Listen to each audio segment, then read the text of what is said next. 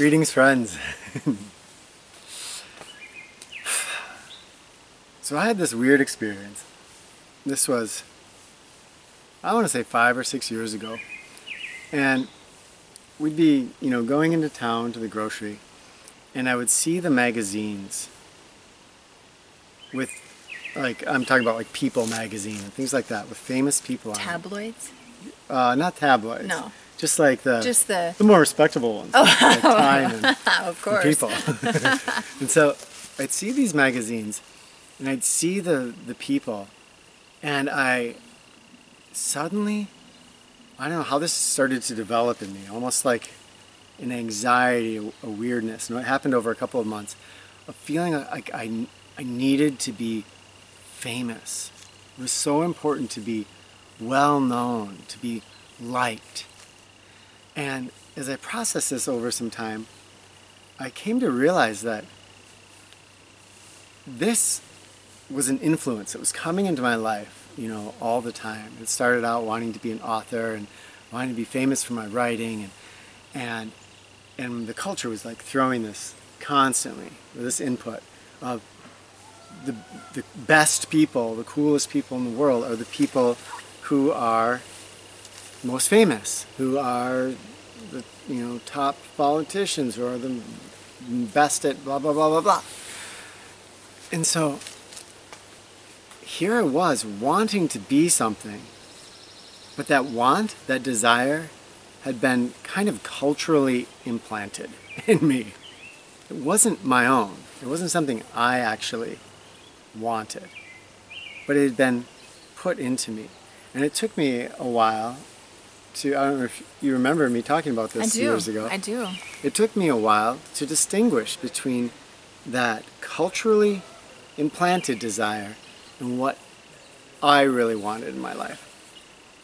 So today I think we're hoping to talk about feeling that difference, understanding that difference, and it manifests in gross levels like that, but also in very, very subtle levels that most of us don't notice.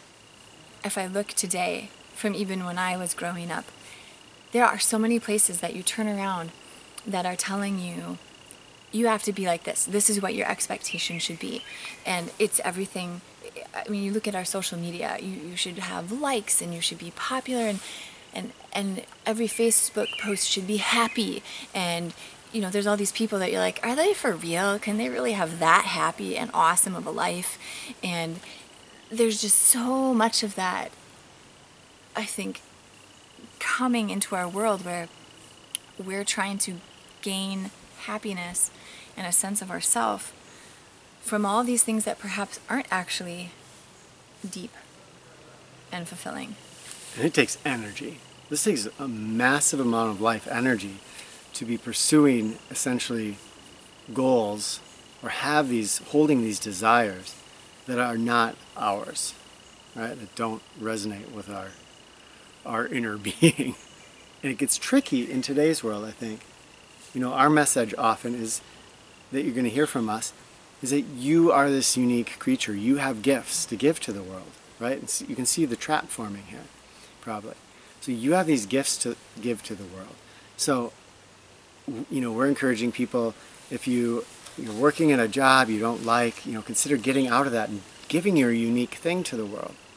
Giving your unique thing to the world can seem like, well, the only people that are doing that well are the people that have, 3 million subscribers on their YouTube channel, or that are getting regular speaking gigs, or that, have had their artwork put into the Smithsonian or some gigantic art gallery. That is not success, right? And I think when I started this YouTube channel, for instance, we talked about if we could, with all the videos we ever make, if we could touch one person and make a genuine difference in their life, then we would feel like we had achieved success. We'll fix this glare here in a second. I was just going to say it. But before I lose this thought, that would be success, rather than trying to become the biggest YouTube channel out there, or get super famous, or get those awards that YouTube, gives to you when you get 1 million subscribers. That's not what it's about. It's about giving something quality out there that's going to change people's lives. And for us, it's these videos. For you might be a dancer and you're going to just take somebody's breath away when they see you dance. Whatever it's going to be. Okay, glare gone.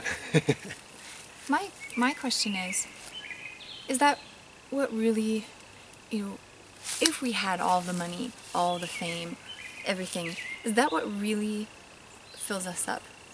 And maybe this is a little morose, but I often think about dying, and I think about laying there, and it's my last moments, and I think, gosh, did I reach out and make a difference to that one person? Like, how would that feel versus, well, yeah, I had the boat I wanted and all the cars I wanted and everything else.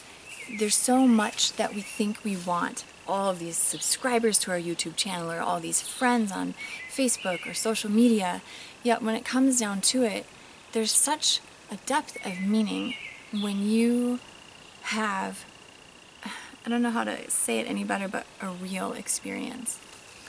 And that's our call today for you, is to notice, are there places in your life where the desires that you're having, they're not really real?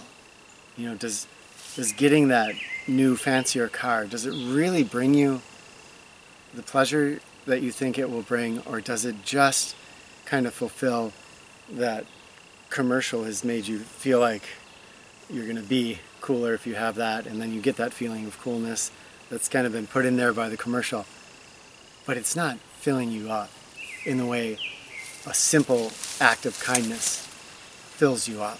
You might love cars, and the answer might be yes, absolutely.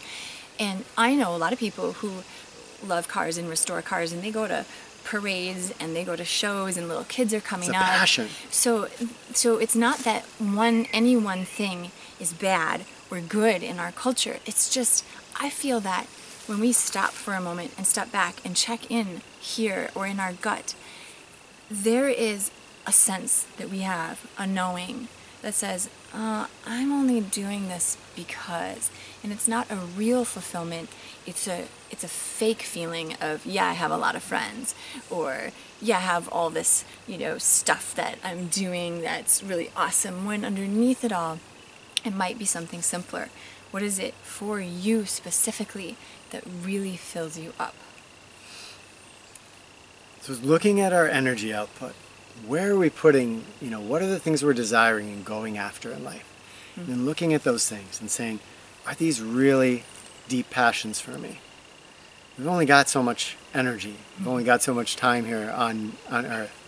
And to take that energy and that time and to apply it to the things that really make a difference to you, the people that matter in your life, it may be the passions, the car, whatever, the thing that really brings you joy.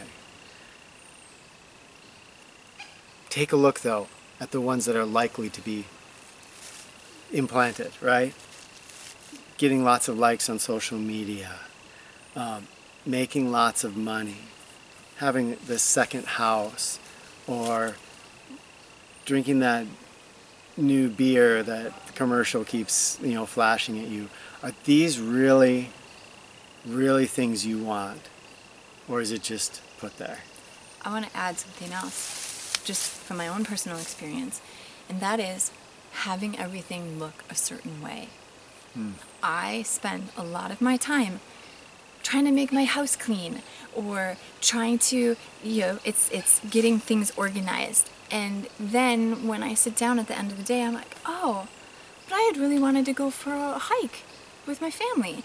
Or, oh, I had really wanted to read a book with my girls. And you know what? I never did that because I kept saying, oh, just a second because I'm going to do the dishes. Just a second because I've got to call so-and-so.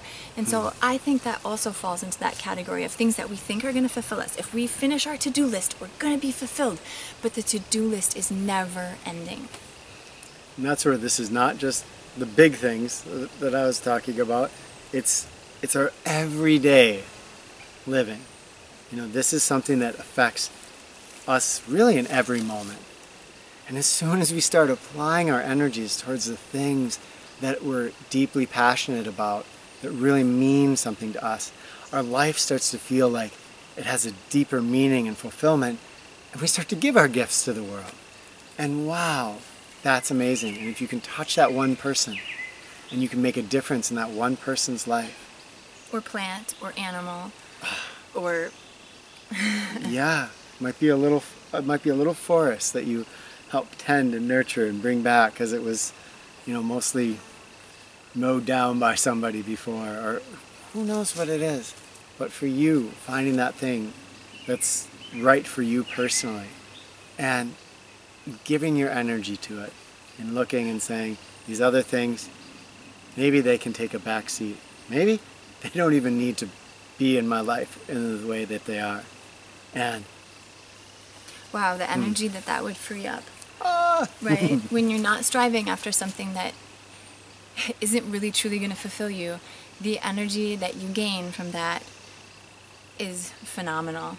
And when you are being fulfilled from a deep passion, be famous for one person or animal or plant or whatever it is that you choose. Be That's famous awesome. for just one person. And then you have this place in yourself that you can always think of that. And that's something that you always will be able to take with you. So you can make this video better by down in the comments sharing the things that in your life have been distractions, and then also the things or the places where you found your true passions. By sharing those things that you thought were important but really weren't, it can help other people, others of us to see, oh yeah, there's that thing that I'm really attached to. And here's another person that was really attached to. That might get me to look and say, am I really that attached to it? And so in the comments down below, share the things that are not what you thought they were, right? Not as important as you thought they were. And the things that you discovered that really matter and really make a difference, you're truly passionate about. We cannot wait to read what you have to write, as always. Thank you so much. Talk to you soon.